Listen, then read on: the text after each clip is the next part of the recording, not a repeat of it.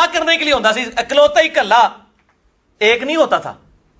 ہم جس وجہ سے اس کو صحیح سمجھتے ہیں وہ ابو داؤد اور ترمذی ابن ماجہ کی حدیث ہے کہ نبی صلی اللہ علیہ وسلم نے فرمایا کہ وطر مسلمان پہ اللہ کا حق ہے، جس کی مرضی 5 پڑھے، جس کی مرضی 3، جس کی مرضی پڑھے 1. اس کی سے ہم اس کو جواز کی حد تک مانتے ہیں. لیکن اس حدیث کی بھی تعویل ہو سکتی ہے کہ وہ 1 پڑھے گا تو ساتھ 2 ملائی بھی ہوں، یہ بھی ہو سکتی تعویل. جس طرح کہ باقی حنفیوں کا یہ کہنا کہ اچھا حنفیوں سے ہمارا اختلاف یہ ہے کہ وہ کہتے ہیں آپ نے 3 کے لیے 2 کو اور 1 کو الگ پڑھیں گے، وہ وطر ہو گئی نہیں. وہ اکیلے 1 کو 2 کے ساتھ ملا کے بھی نہیں مانتے ہیں. اور یہ حنفیوں کی تمام فقہ حنفی کی کتابوں میں بھی یہ روایت لکھی ہوئی ہے، کیونکہ ان کے حق میں جاتی ہے نا.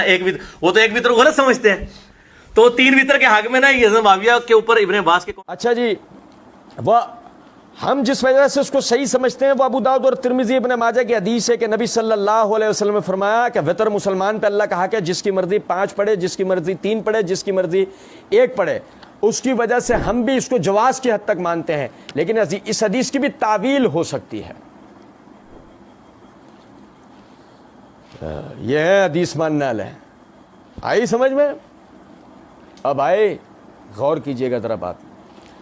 آپ پیچھے کہہ کر آ چکے ہیں کہ جی اگرچہ میں 1 رکعت وطر پڑھنے کو جائز سمجھتا ہوں، اور یہاں آپ کہہ رہے ہیں کہ ہم اس کو جواز کی حد تک مانتے ہیں. تو مرزا جی جائز بھی سمجھتے ہیں، جواز کی حد تک بھی مانتے ہیں. مطلب جواز کی حد تک سنت ہونے کے اعتبار سے مانتے ہیں نا، کبھی عمل کرتے ہیں، یہ کبھی عمل کی طرف توجہ دلاتے ہیں نہیں. آپ نے تو اس کو معاویہ دشمنی کی نظر کر دیا نا، اور پھر اس کے بعد آگے یہ کہنا لیکن اس حدیث کی بھی تعویل ہو سکتی ہے. ارے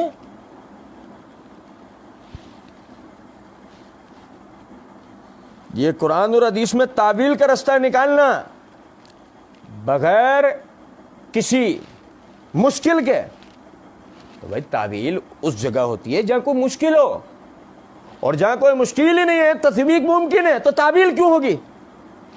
اور بھائی میرے پیارے 1 3 5 7 9 تک پڑھنا آپ سے ثابت، کتنی آسان بات ہے نا یہ کتنی آسان بات ہے. آپ بجائے تطبیق کی طرف جانے کے، توفیق کی طرف جانے کے، آپ کہاں جا رہے ہیں؟ تعویل کی طرف. یہ اہل سنت کا طریقہ ہے؟ نہیں، یہ پکا گمراہوں کا، بدعتیوں کا طریقہ ہے. منکرین حدیث تعویل کی طرف جاتے ہیں، ورنہ اہل سنت کا طریقہ یہ ہے کہ پہلے باہم 2 متعارض ادلہ کے درمیان میں اگر تطبیق ممکن ہو تو وہ تطبیق دیتے ہیں. اور جیسے کہ امام ابن خزیمہ رحمۃ اللہ علیہ کہا کرتے تھے، دنیا میں کوئی 2 صحیح حدیثیں ایسی نہیں ہیں جو آپس میں ٹکراتی ہوں. اگر کسی کو ایسا لگتا ہے تو میرے پاس لے آئے، میں اس کا جواب دے دوں گا.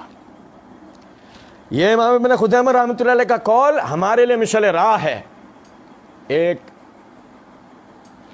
شرعی اصولیات کی روح سے جب ہم تحقیق کرتے ہیں تو 2 صحیح حدیثیں کبھی بھی آپس میں ٹکراتی نہیں، اللہ کا بڑا کرم. لیکن جب آپ کے ذہن کے اندر ہی بدعت ہو، بھائی شاعر نے اپنے شعر میں کہا، توحید کا نقطہ تجھے سمجھا تو تو گر، تیرے دل میں بت خانہ ہو تو میں کیا کروں.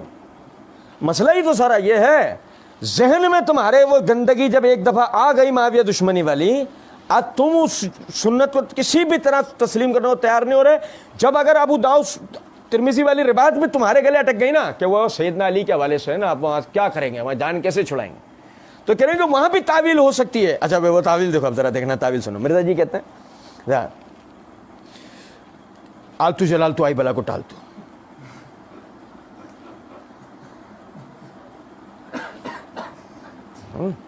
نہیں سمجھے بات کو؟ اب مرزا جی آگے جنتر منتر کر رہے ہیں نا اپنے، تو ہم نے بھی فوراً ہی جنتر منتر کا جواب پہلے پڑھ دیا. سنو ذرا بات. اچھا لیکن اس میں بھی تعویل ہو سکتی ہے. اچھا کیا کہ وہ 1 پڑھے گا تو بس ساتھ 2 ملائی ہوئی ہو.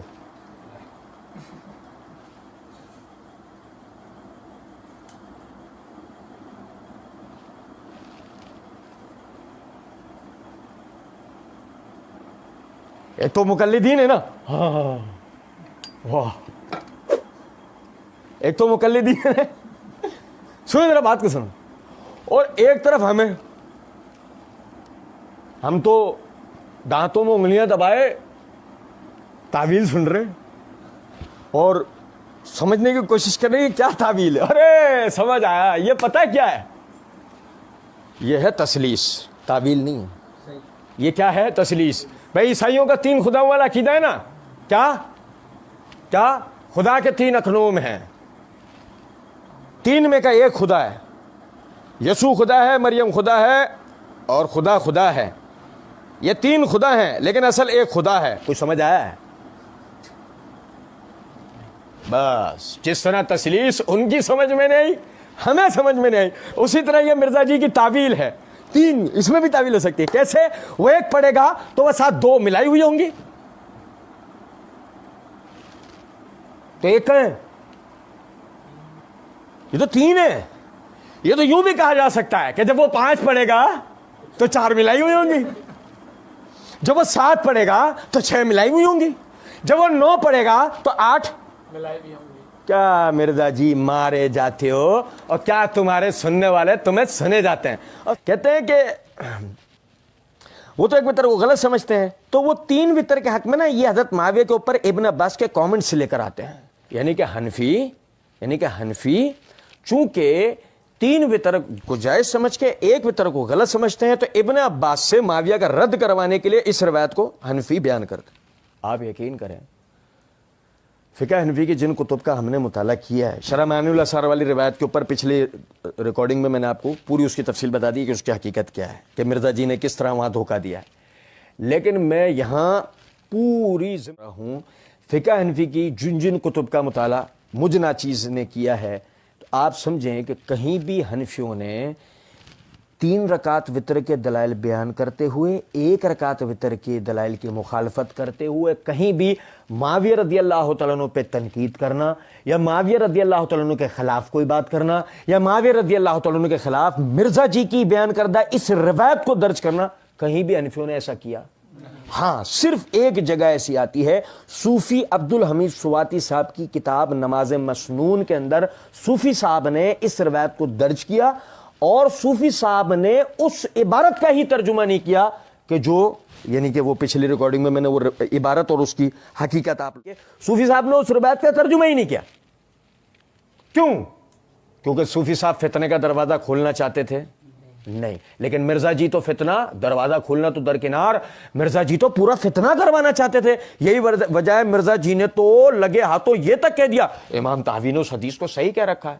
کتنا بڑا دھوکہ ہے. ہم نے اصل کتاب میں دیکھا انہوں نے ایک لفظ کچھ نہیں کہا. کتنا بڑا دھوکے باز ہے مرزا بندہ.